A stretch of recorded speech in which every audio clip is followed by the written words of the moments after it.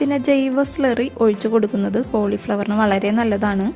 കുറച്ച് കടലപ്പിണ്ണാക്ക് പുളിപ്പിച്ച് വെള്ളം ചേർത്ത് നേർപ്പിച്ച് നമുക്ക് ഒഴിച്ചു കൊടുക്കാം.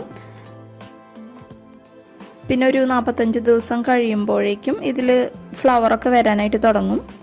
അപ്പോൾ ഫ്ലവർ വരുന്നതിന് മുൻപായിട്ട് ഫിഷ് അമിനോ ആസിഡ് സ്പ്രേ ചെയ്ത് കൊടുക്കാം. ഇനി വെള്ളം ഒഴിച്ചു കൊടുക്കുമ്പോൾ എന്തൊക്കെ കാര്യങ്ങൾ ശ്രദ്ധിക്കണമെന്ന് നോക്കാം. ഗ്രോ ബാഗിലെ മണ്ണുണ്ടല്ലോ, അത് ഒരുപാട് വരണ്ട് ഉണങ്ങി പോകാനായിട്ട് കാത്തിരിക്കരുത്. കാരണം മണ്ണ് വല്ലാണ്ട് ഡ്രൈ ആയിട്ടുണ്ടെങ്കിൽ അതിൻ്റെ ഒപ്പം ചെടിയും വാടും. പിന്നീട് കോളിഫ്ലവറൊക്കെ ഉണ്ടാകുന്ന സമയത്ത് അതിന് വലിയ വലുപ്പമൊന്നും വെക്കില്ല.